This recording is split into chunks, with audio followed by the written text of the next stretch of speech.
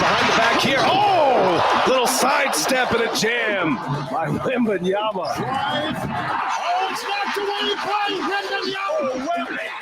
This is the Morning Huddle on 94.1 San Antonio Sports Star with Rob Thompson and the managing editor of Blogging the Boys, RJ Ochoa. Now, here's Rob and RJ.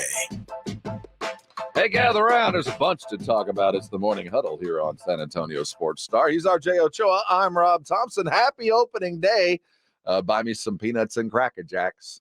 But as the evergreen season begins, this Spurs season is winding down. This is first time, second time since the beginning of February. The Spurs have stacked 2 wins. They take down the Utah Jazz 118-111. Devin goes bananas with 31. Victor had 19, 8, and 6 and 5. Kind of a pedestrian day for Wemby, but that double-double, his 21st game with 5 blocks this season, is the most by a rookie since Shaq, who had 23, and Alonzo had 24, Alonzo Mourning, back in 92-93. Yet another record attained by a young Victor.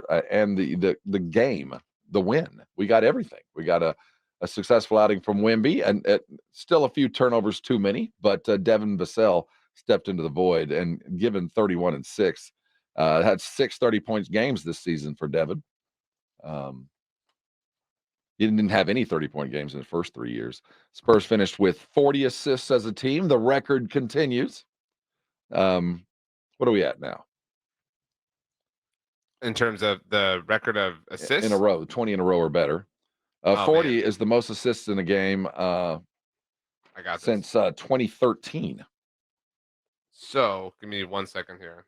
This takes when the record is this large, the the math we're into triple digits. The naught plus naught goes to the next line. Give me some tabulation noise. Well, I don't even know what that would be. Amplify the ping machine. There we go. That's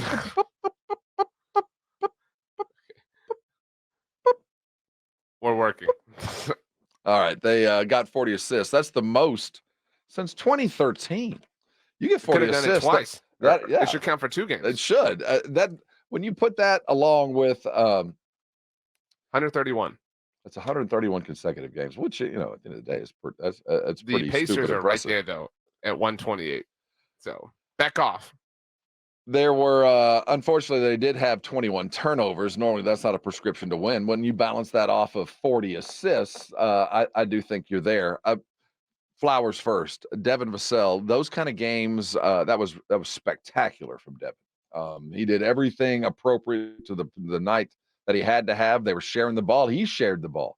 Post game, as the Spurs, I'm not sure. We talked about it yesterday, and I'm not sure even the Spurs thought they had a fighting chance last night. And I don't know what to make of Utah's performance. I know they're hanging right there on the edge, and they should be better than they are.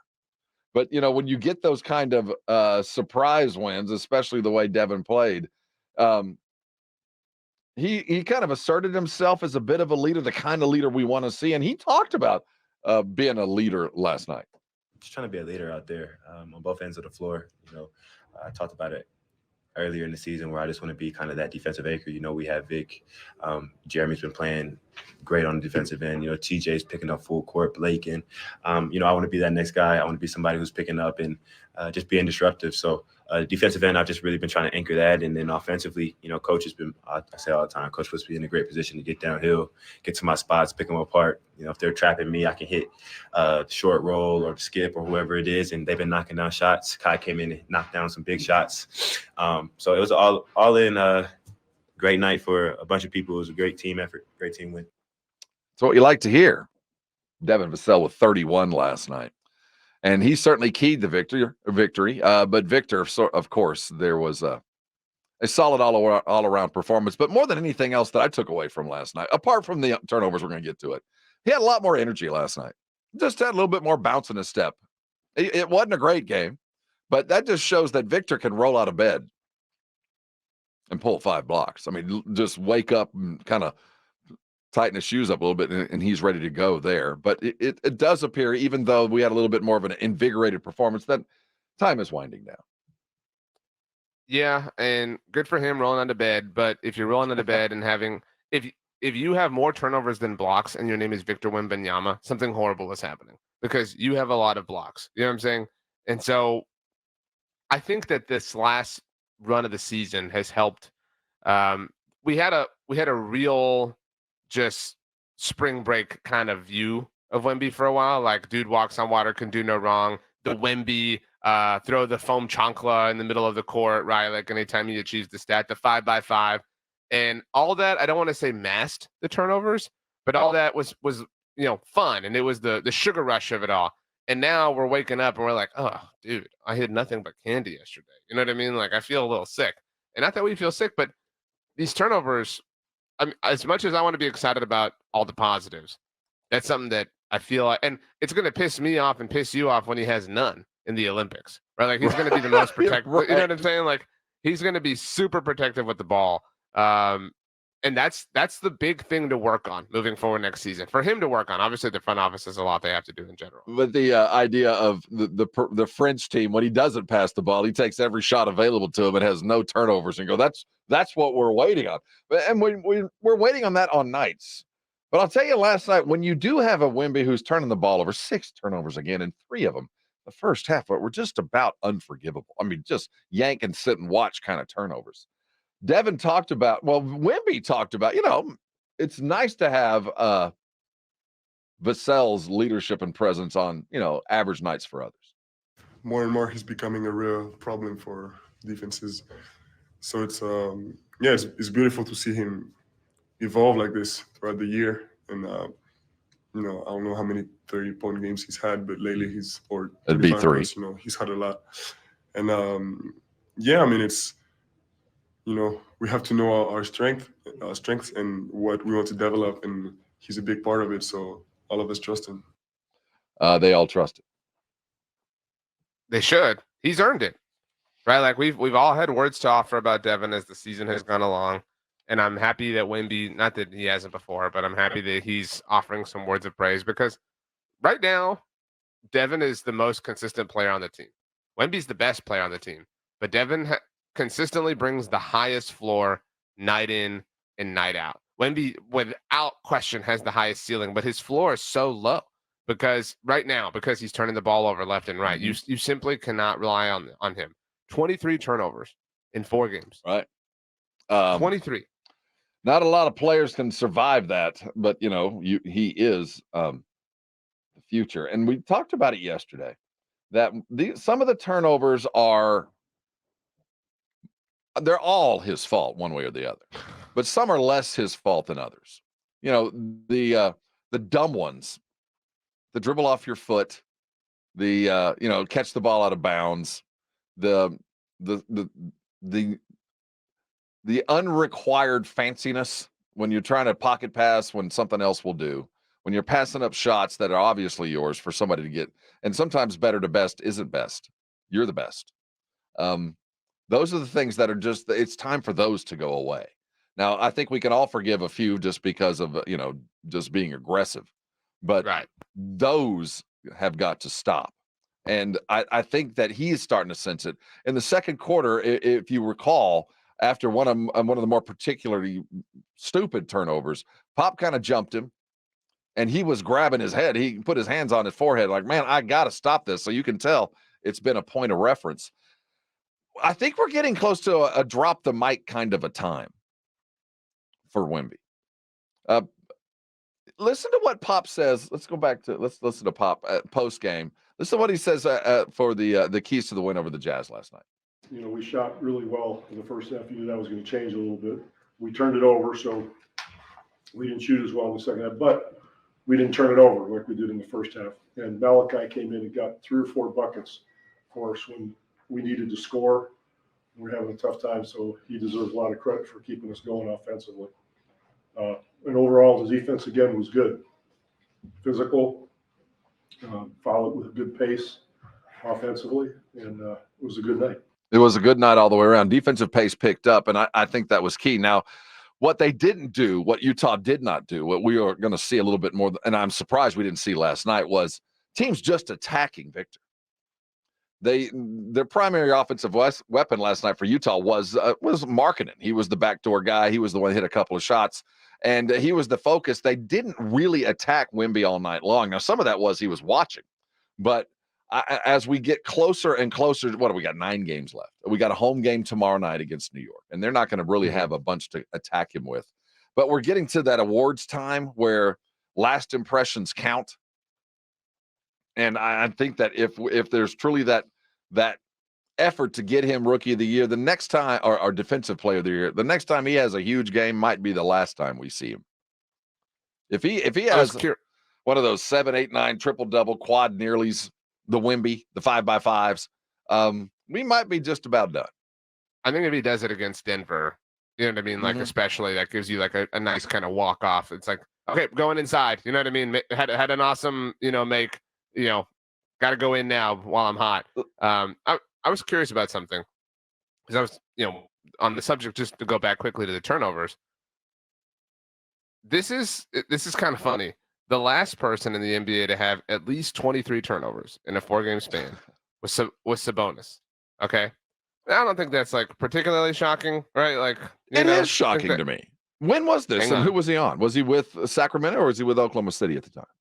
This was just this year. This was in January. The span began on New Year's Eve and went all the way to the 7th of the year. So this was very, very recently.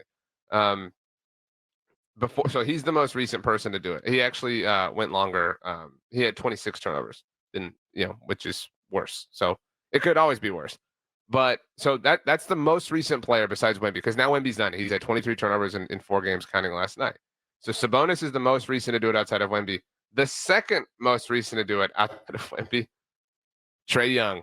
That's what caught me. That was really funny. Yikes. To look at relative to what we're kind of crossing our fingers and hoping for next year. And we're over here screaming about it. He had 23 turnovers exactly in a 4-game stretch. 40 assists is a milestone. We just said they haven't done it. The Spurs haven't done that since 2013. And that's, in the height of the good to better, better to best era. You don't throw the ball that often without turning the ball over a few times. I mean, that's part of the cost of doing business. If you're passing that much, you are going to turn the ball over now and again, just because the ratios, the percentages, it happens. But Victor talked about the value of having a team that's capable of throwing 40 assists. It's the whole thing at the end of the day, but hitting shots is, it's easier when we're 3, 4, or 5 passes into the offense, and we've done a pick and roll and attracted defenders in the paint. So it's there's a lot that goes on before actually making the shot. I just want to put something in your mind. What does the ideal possession for the Spurs look like? I mean, I don't know exactly what kind of answer you're looking for, but I'm just curious. In your mind, when you go, the Spurs are clicking when I see this. I think some mild ball movement. I don't need an you know what I mean? I don't need the beautiful game in an overwhelming sense. Some mild ball movement, and then ultimately the ball ends in Wemby's hands. Right. Okay. So I think we're all on the same. And I like the way that you put that. Yeah. No, I like the way that you put mild ball movement, because I don't need to see 3, 4 passes. You know what I'm saying? Like the path of least resistance is incredibly obvious. Like, get it to the really tall dude in the middle of the paint and get him as close to the basket as possible. And he's got to, do the dirty work down low. I mean, and occasionally, there are, just these fast break moments or whatever. And he's outside and you can kick it to him and you can dish it to, Jeremy's feeling hot at the end of a game against Phoenix, so be it. But I mean, on average, that needs to happen way more often than anything else. Let me tell you, as a guy, what was it? Daryl Royal that said 3 things can happen when you pass, and 2 of them are bad.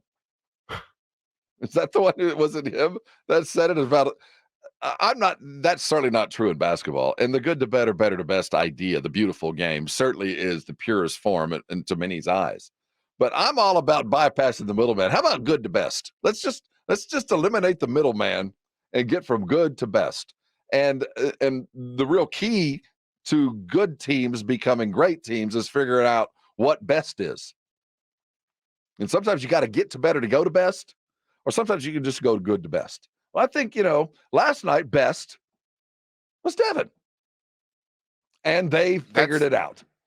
The best was Devin, but either by Trey Jones or by Wemby, and both were responsible for feeding and getting assists from made Devin Vassell shots. They went from good to best. And they eliminated the better. There were still a lot of turnovers, and some of the betters were the reason of that, the 21 turnovers. But the best way to win is go from good to best. And I think we get lost in, I don't need to see 3 to 5 passes on every possession.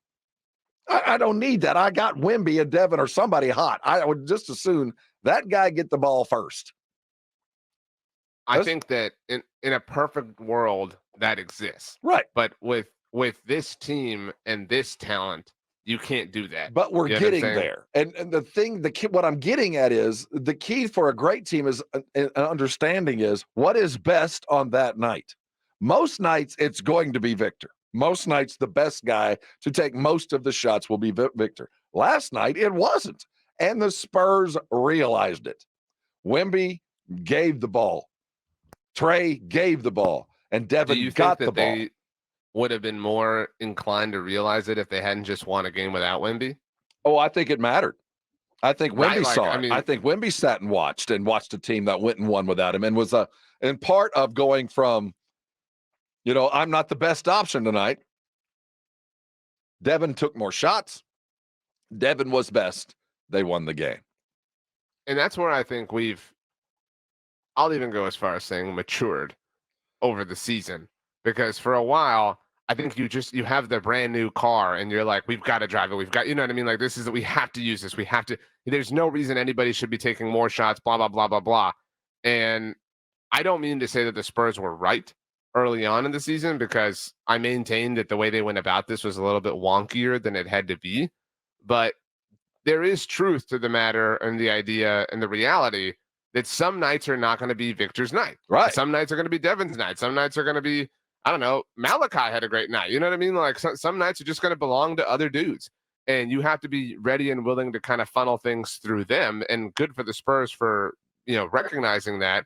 But it should still be, the significant minority of events that happen throughout the course of a regular season. This shouldn't have been the case early on. I mean, it should have been a baptism by fire for him. He should have been completely and totally involved to the nth degree from the very, very, very beginning. I will also say that Jeremy probably was the second most important player on the court last night, more so than even Victor. Jeremy made a difference in a lot of different places at a lot of different times. Big rebounds, proper passing.